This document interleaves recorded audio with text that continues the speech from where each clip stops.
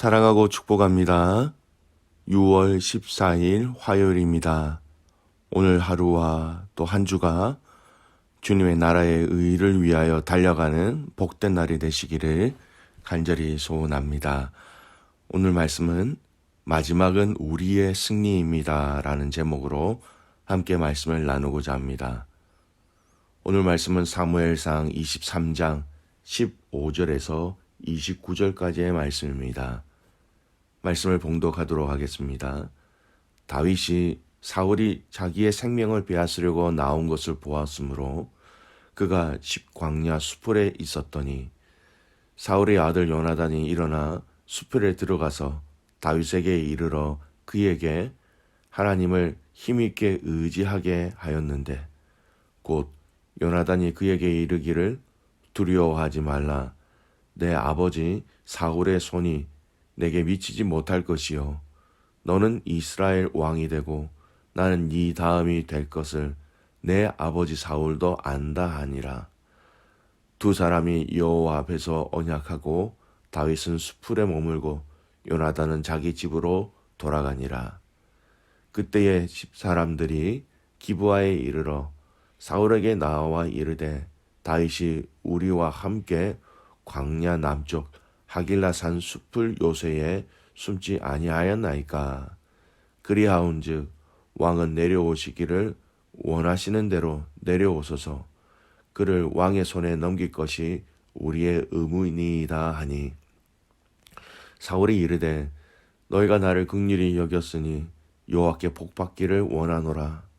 어떤 사람이 내게 말하기를 그는 심히 지혜롭게 행동한다 하나니 너희는 가서 더 자세히 살펴서 그가 어디에 숨었으며 누가 거기서 그를 보았는지 알아보고 그가 숨어 있는 모든 곳을 정탐하고 실상을 내게 보고하라. 내가 너희와 함께 가리니 그가 이 땅에 있으면 유다 몇천 명 중에서라도 그를 찾아내리다 하더라. 그들이 일어나 사울보다 먼저 집으로 가니라. 다윗과 그의 사람들이 광야 남쪽 마온 광야 아라바에 있더니 사울과 그의 사람들이 찾으러 온 것을 어떤 사람이 다윗에게 아뢰매 이에 다윗이 바위로 내려가 마온 황무지에 있더니 사울이 듣고 마온 황무지로 다윗을 따라가서는 사울이 산 이쪽으로 가매 다윗과 그의 사람들은 산 저쪽으로 가며 다윗이 사울을 두려워하여 급히 피하려 하였으니 이는 사울과 그의 사람들이 다윗과 그의 사람들을 애워싸고 잡으려 함이었더라. 전령이 사울에게 와서 이르되 급히 오소서. 블레셋 사람들이 땅을 침노하나이다. 이에 사울이 다윗 뒤쫓기를 그치고 돌아와 블레셋 사람들을 치러 갔으므로 그곳을 셀라 하마르곳이라 칭하니라. 다윗이 거기서 올라가서 엔게디 요새에 머무니라. 아멘. 오늘 말씀 제목 마지막은 우리의 승리입니다 라는 제목입니다. 오늘 본문의 말씀은 크게 두 가지 내용으로 나누어지죠. 사울이 다윗을 쫓고 있는 그 과정 속에 다윗과 요나단의 그 만남이 15절에서 18절까지 그리고 절대절명의 그 위기의 상황을 모면하는 다윗의 이야기가 마지막 29절까지 이어집니다. 먼저 다윗과 요나단의 이 만남에 대해서 잠시 살펴보겠습니다. 다윗이 광야 수풀에 숨어 있을 때에 요나단과 다윗이 만남이 있게 됩니다. 두 사람의 이 대화 가운데 특히 요나단의 말은 굉장히 중요한 의미가 있습니다. 요나단이 다윗에게 가서 그가 안전할 것이고 이스라엘 왕이 될 것이라 확신하게 또 확신하면서 말해주고 다윗으로 하여금 하나님을 힘있게 의지하라라고 말하고 있습니다. 비록 부자 관계인 사울과 요나단의 관계이지만 이 두 사람의 마음은 달라도 너무 달랐습니다. 사울은 여전히 그 왕위를 지키고자 발버둥 치고 있었고 그 발버둥의 한 일환으로 다윗을 죽이고자 하는 것이었지요. 반대로 요나단은 어떻습니까? 요나단은 그의 아버지와 반대입니다. 아버지와 반대로 이야기하고 있지요. 다윗이 왕이 될 것을 알고 또 믿었고, 그래서 더욱더 하나님을 의지하라라고 오히려 다윗을 격려하고 축복하고 있었던 것입니다. 여러분, 같은 입장, 같은 환경에 있을 수 있는 사울과 요나단이 왜 이렇게 다른 말을 할 수 있었던 것일까요? 두 사람 다 다윗이 왕이 될 것이란 것을 똑같이 알고 있었습니다만, 하지만 한 사람은 그것을 알아도 자신의 욕심을 위하여, 다른 한 사람은 그것을 알고 그 하나님의 뜻이 이루어지기 위해서 자신의 모든 것을 포기하고 내려놓고 순종하였던 것입니다. 믿음의 가족 여러분, 오늘 저와 여러분이 귀를 기울여야 할 소리는 바로 주님의 소리입니다. 그 주님의 소리가 우리의 마음의 그 욕심의 소리, 이기적인 마음의 소리보다 더 크게 들려져야 하는 것이지요. 여러분, 우리가 주님의 말씀을 듣지 않으면 결론은 나의 소리, 내 마음의 소리, 나의 이기심의 소리에 여러분 따라갈 수밖에 없는 연약한 존재라는 것입니다. 저와 여러분이 주님의 이 말씀의 소리가 크게 들려 내 안에 그 소리를 이길 수 있는, 그래서 그 소리에 순종할 수 있는 믿음의 가족들 되시기를 간절히 소원합니다. 두 번째, 19절에서 29절까지의 말씀입니다. 말씀 내용은 이렇지요. 다윗이 광야 남쪽의 하길라 산에 있다라는 것을 십광야 사람들이 사울에게 고자질합니다. 그리고 사울은 좀 더 치밀하게 조심스럽게 움직입니다. 사람을 보내어 확실한 정보를 가져오게 하여서 다윗을 놓치지 않도록 하려는 것이었지요. 사울에게는 여러분 절대 절호의 기회이지만 다윗에게는 큰 위기가 찾아옵니다. 그리고 이 위기는 실제가 되어버렸습니다. 사울이 다윗이 마온 황무지의 바위에 있을 때에 사울이 추격해 왔고, 결국 이 상황 속에서 다윗은 26절 후반절에 보면 그가 에워싸임을 당하게 되는 지경까지 이르게 되는 것이지요. 도망할 곳이 없게 되었다라는 의미입니다. 그런데 이때 놀라운 반전의 사건이 일어납니다. 27절에서 28절 말씀입니다. 전령이 사울에게 와서 이르되 급히 오소서, 블레셋 사람들이 땅을 침노하나이다. 이에 사울이 다윗 뒤쫓기를 그치고 돌아와 블레셋 사람들을 치러 갔으므로 그것을 셀라 하마르곳이라 칭하니라. 다윗과 그의 부하들이 사울에 의해서 포위되고 생포되는, 어떻게 보면 죽을 수밖에 없는 절대절명의 위기에서 블레셋의 이스라엘 땅을 침공하는 예기치 않은 돌발 사태가 발생하는 것입니다. 다윗을 죽이려고 했던 사울의 그 치밀한 계획이 하나님의 섭리에 의해서 일순간에 모든 것이 여러분 중단되어지고 무산되는 것을 볼 수 있습니다. 그래서 다윗은 절대절명의 위기 가운데 구원을 얻게 되었던 것입니다.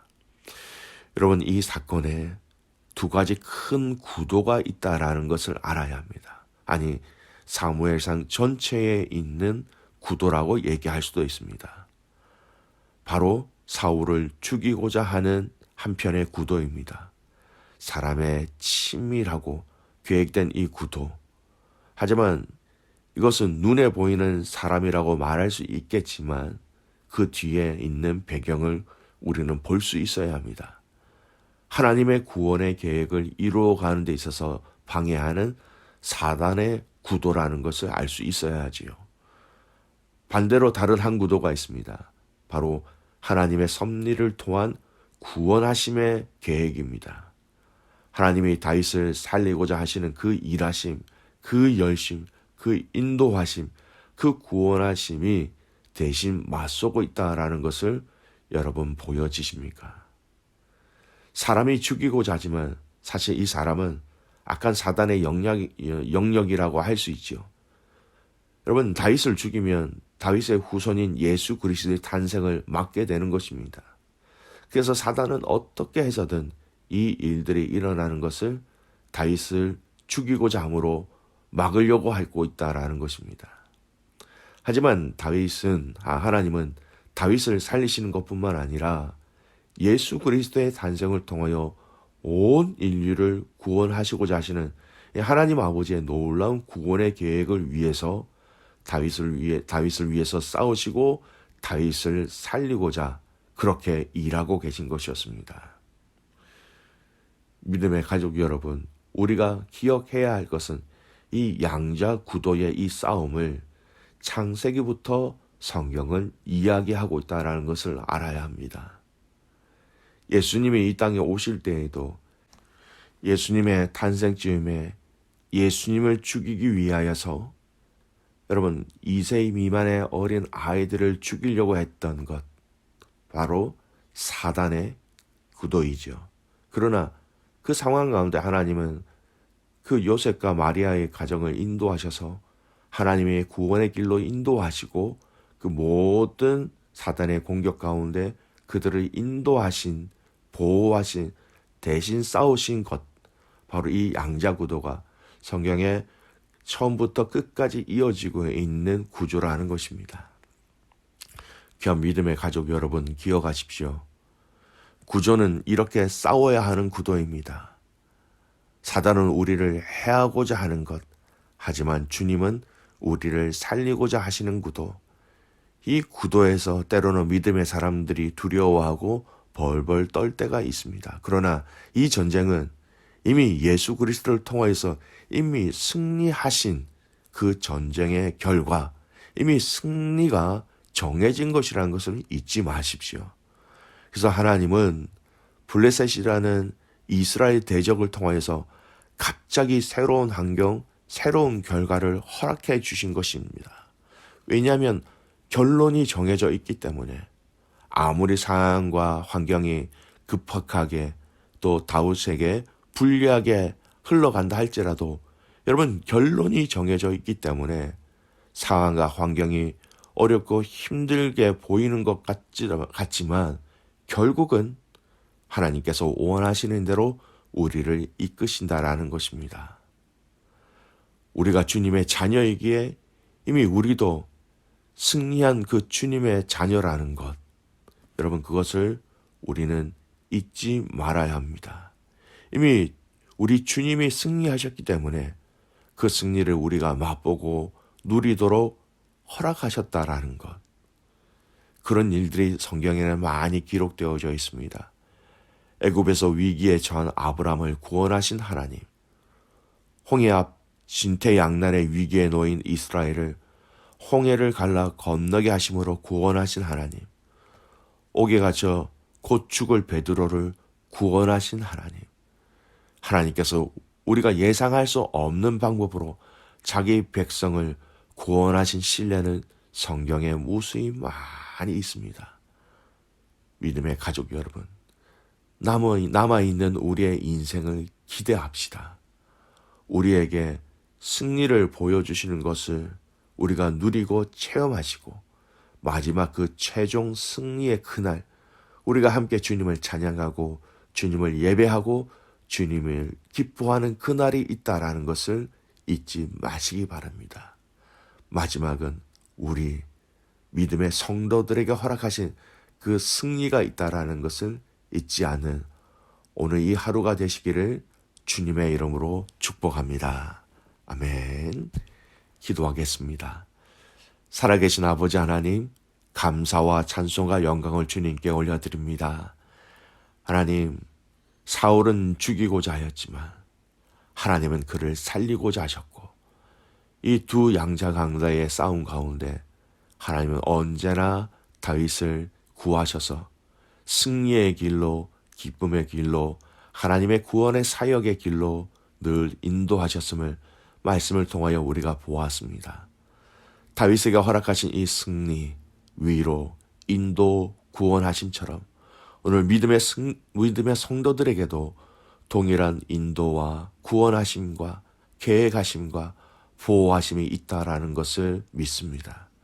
마지막 주님의 승리가 우리의 승리라는 것을 알게 하시고 오늘 이 하루 우리에게 일어나는 모든 일 가운데 또한 이 하루가 주님 앞에서 승리하는 하루가 되게 하여 주시옵소서. 사랑하는 귀한 선교사님들을 축복하며 기도합니다. 선교사님들을 축복하시고 그들을 지키시고 그들을 인도하시고 그 모든 상황과 환경 가운데 매일매일 승리로 인도하시는 하나님을 경험하는 귀한 두 분의 선교사님 가정들이 되게 하여 주시옵소서. 엎드려 기도하고 부르짖는 모든 그 심령들 가운데 하나님의 역사와 하나님의 승리를 맛보는 이 하루가 되기를 간절히 소원하고 살아서 역사하시는 예수 그리스도의 이름으로 감사하며 기도드리옵나이다. 아멘.